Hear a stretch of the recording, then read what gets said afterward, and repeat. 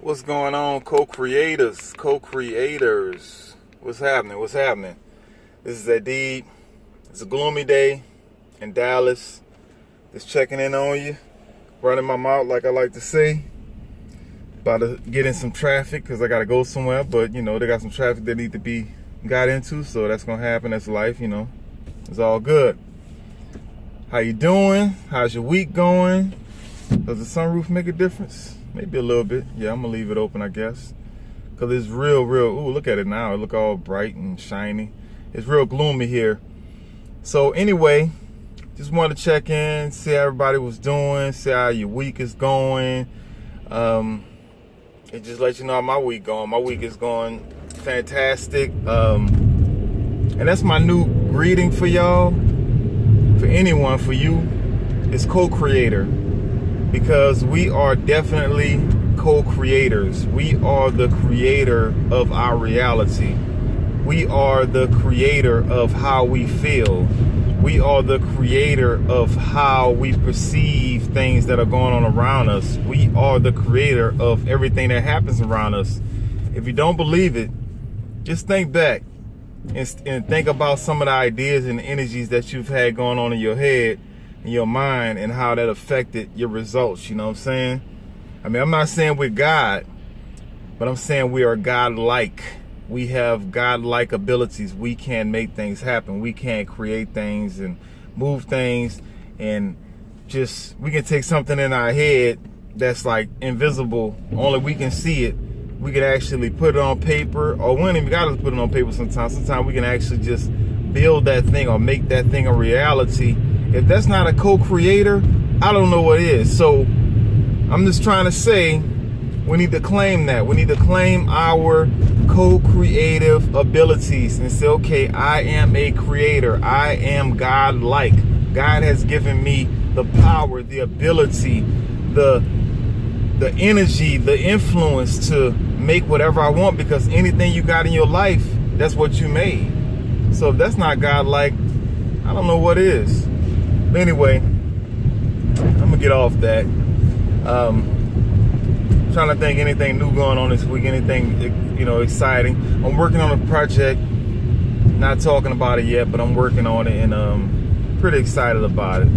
It's a project that's been around for a long time, and I've been trying to go back into the archives and actually complete projects that's been sitting there, you know what I'm saying? And so it's a project that's been sitting there for a while. I just want to get it done. It's almost like it's a great thing that I'm working on. I probably need to stop talking about it because I'm not going to talk about all the details right now. But it's great. I'm working on that, and that's been like my main focus for the last couple of days or whatever, or the last week, I guess you want to say it for real, over the weekend and stuff. What else? Oh, I just left the thrift store. You may not know this, but I freaking love, I love going to the thrift store. It's the only store that when you go to it, it's like a new store, like every week. You know what I'm saying? It's like, how many stores you go to where you get all new products like every week?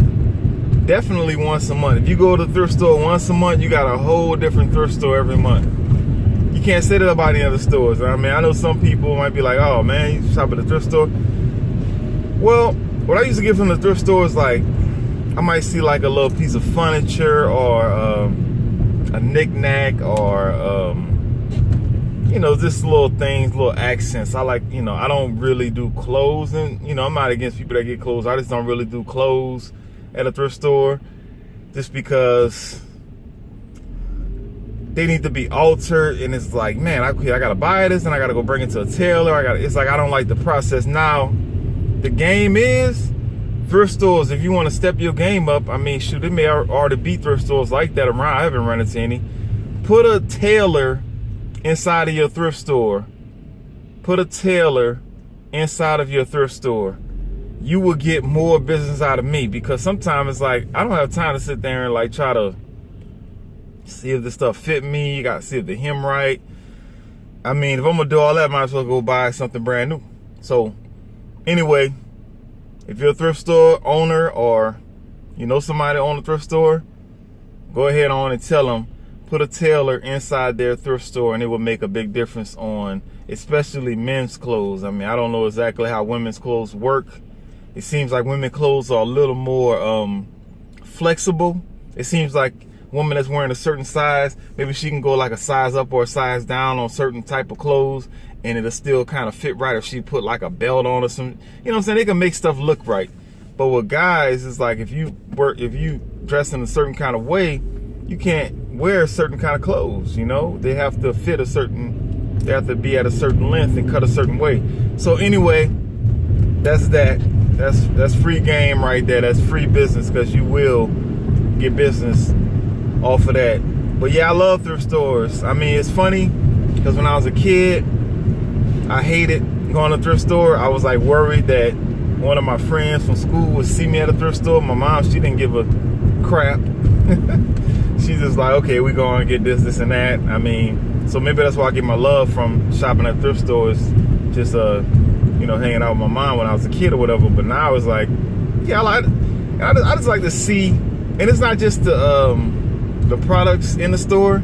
Sometimes I notice this after a while. I think I like to just look at the people that shop there too. It's always interesting just to see the different people at the thrift store, and I don't even know why I like to see them. It's just interesting. They just look different. And I guess I'm a part of that crowd. I'm a part of that thrift store crowd. So I guess I gotta accept that I just look different. But anyway, check out your thrift store. There's plenty of good stuff there, cool stuff that you can buy, just real cool stuff. Like I said, accent pieces, picture frames, all kind of stuff like that. I mean, and you know, you got to really have like an artistic eye. You know, some people might say I have an autistic eye, but I said artistic eye. Anyway, so yeah, check that out. And I remember back when I was a kid, there was a good friend of mine, and he used to shop at the thrift store. He's going there strictly looking for name brand clothes, and that's what all he looked for. And it was like his little secret. He said, yeah, man, you know, I go to the thrift store and I just find out, you know, I find the polos, I find the heel figure. You know, this was back in early 90s, so that was what it was all about back then. But who gives a damn now about that crap? If you do, grow up. But anyway, yeah, he was going there and find that stuff, and that was like his secret to how he had all these different name brand clothes, because he'll hit it up, and he was just, you know, this was back in the 90s, so he was like, man, they don't even care. They're going to sell it the same price as a regular shirt, and it'd be, you know, a real expensive brand shirt. So that's that. That's how that went. What's else been going on this week? What's else been going on?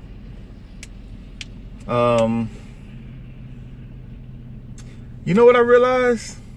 Which I kind of realized a long time ago, but it's just been kind of put in my head a little more. I've seen more examples of it. You really don't ever know who you're inspiring. And that's real talk. Because I noticed that people have these ideas about who I am and how I live. And when they approach me, when they talk to me, it might be people I've been on for years. They talk to me on a level that they don't talk to other people.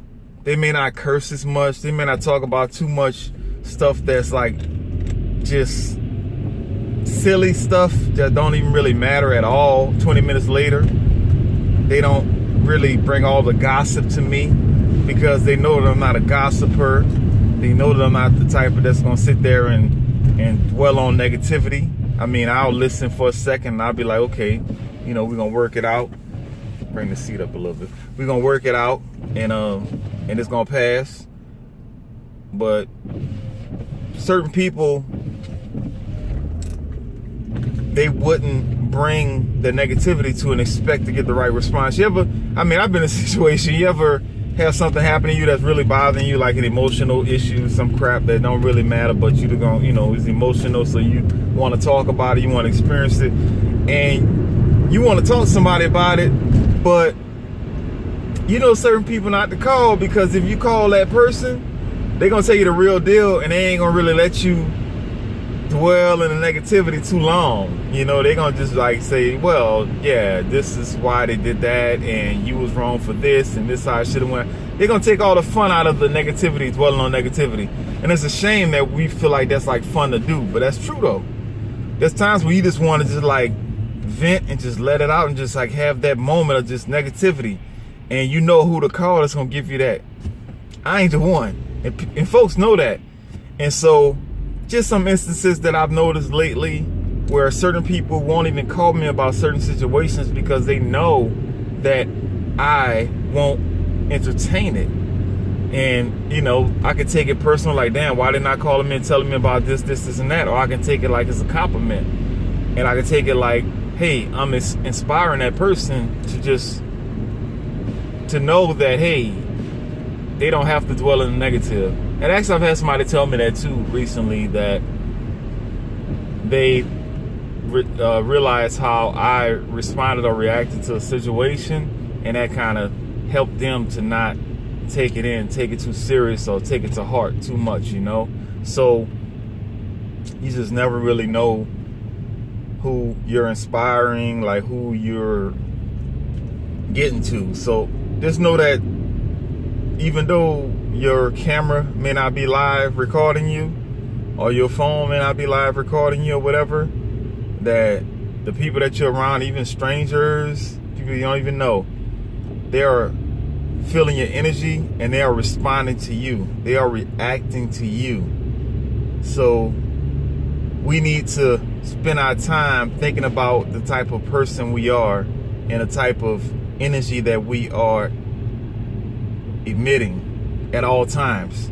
And that's very difficult, especially just in this society. Everything negative is raised up, and everything positive is like, oh yeah, I know. It's like nobody want to hear the righteousness. Nobody want to hear the positiveness. Is that a word? Positiveness? Nobody want to hear the positive information. I mean, yeah, you want to hear it sometime, but you want to lock it down to Sundays, or you want to lock it down to a certain person. And that's all fine and dandy, but, you know, we need to be more open to catching those positive vibes. It's funny, like sometimes you ever like waiting in a line at a grocery store or whatever, and it's taking a long time. Maybe they got somebody up front that's counting pennies or trying to write a check for whatever reason, and it's just taking forever. And then the person behind you or the person in front of you may say, oh man, this is terrible how long it's taking. And you know, it's like people automatically, naturally want to vibe on negative stuff. Don't know why we're like that. Don't know exactly why we're like that. I'm moving out of that. I'm moving out of that negative vibe thing. I mean, there's a couple people that's extremely close to me. We'll have our little moments, but we know that it's like just a moment of just kind of just having that feeling, and then we move on to something else instantly. But just generally just having these, just enjoying these bad vibes and connecting with people on something negative that all of us do, that's natural for us to do, I'm moving away from that all day, every day. It's hard because it's something I've been doing for years and years and years, but I've been training myself to move away from that, just living in that negative idea about things all the time. So anyway, pay attention to yourself at all times. Parents, you already know better to do that. And especially, you know, even when you're out and about, when you're not with your kids, you got to still be an example. And that's important, because you just never know who life you're going to change. Somebody looking at you for inspiration. You don't even know that you're inspiring people. You know, you don't even know it. You don't even know you're inspiring these people. It's crazy how, oh man, we really got to do a better job of paying attention and being more aware every day, all day, of who we are and what we're doing, instead of just going through the motions, you know. So anyway, what else going on? Oh yeah. The other day, I got me another phone, right? Now, I have more than one line that I use, and I got another phone because my other phone on my other line was like really, it just was very old and it was just acting weird. You know, it was acting like me. It was just like, okay, I'm already weird. I don't need a phone acting weird too, you know what I'm saying? So I was like, I need to replace this thing. And so I made up my mind that, and I've been kind of dwelling on this for a while, going back and forth for a while on this, but it's like, I'm not buying any more new phones. I'm not doing it anymore. I'm tired of new phones. I almost cursed this now because that's how aggravated I am with these damn phones. I mean, yeah, there's some upgrades. There's some little different things you can do. There's some memory upgrades. There's different speeds or whatever. But the most important things that I use the phone for, that most people use the phone for, it hasn't changed in the last probably 5 years, maybe 6 at least. There's been different sizes, different views or whatever, but it's like, I remember when I used to keep a phone for like maybe 2-3 years, you know, and they'll come out with a new phone and I'd be like, okay, well, I don't really see anything different about that, so I'll just pass and I get another phone. I mean, I'll wait till the next year or whatever. And then it became like every like 2 years, okay, you want to upgrade your phone every 2 years. And I was like, okay, that kind of makes sense. It's almost like they built a habit for us to want new phones, to consume these new phones that are barely different. They are barely different. And a new thing you want to use so bad, you're not even using it that much. Not to the point where it's worth $600, $700, $800, even $1,000 or more. It's freaking ridiculous. And so I made up my mind that I'm not buying any more new phones at all. Only way I would get a new phone if there's something that I'm specifically doing that I cannot do on the old phone anymore. That's very important. If it's something that's just silly that I like doing, not worth me paying $600 or what, $40 a month or some crap to always have the newest phone. It's freaking ridiculous. It's so sad that we just caught up in this new phone era. But I gotta have the new phone. And even this year, them bastards, all those people, I'm sorry, I didn't mean to curse.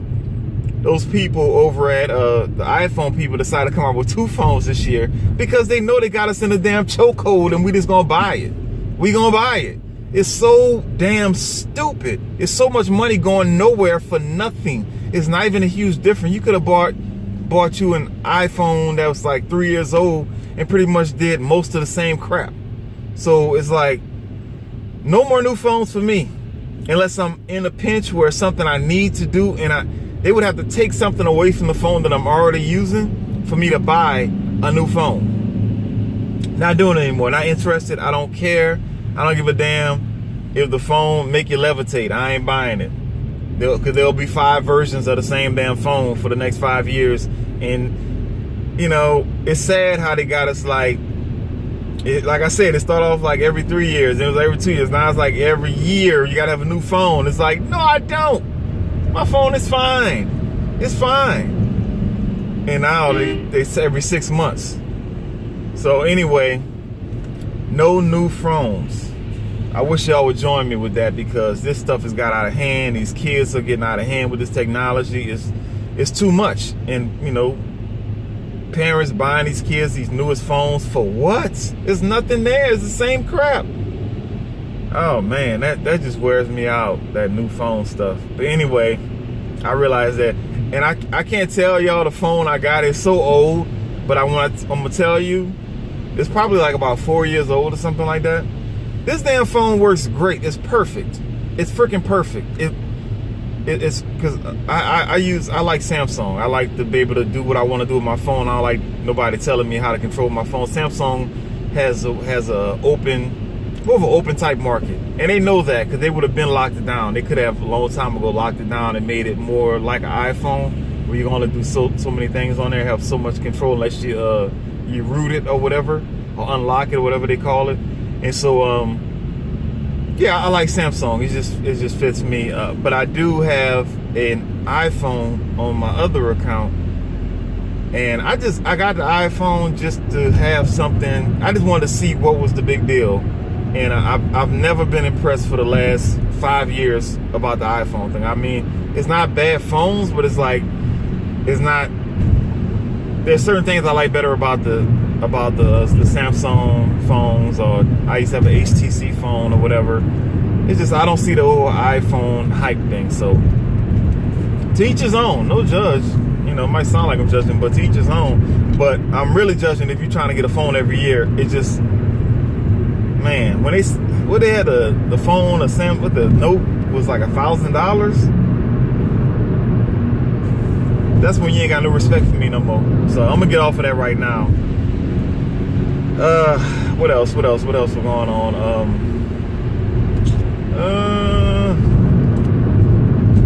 Damn, I guess my week has kind of been kind of eventless, but eventless or non-events going on, that's a good thing.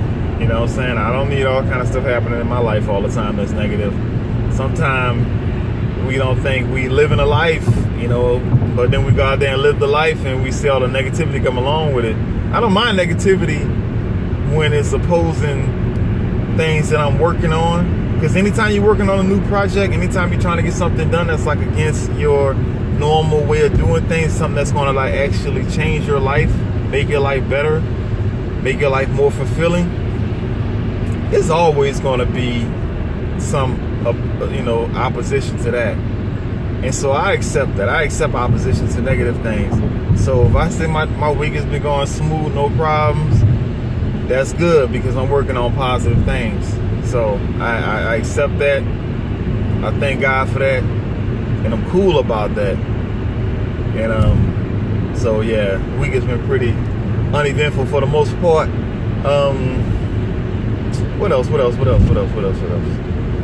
You know what? I'm gonna mention something that I kind of been keeping to my chest, because I didn't want to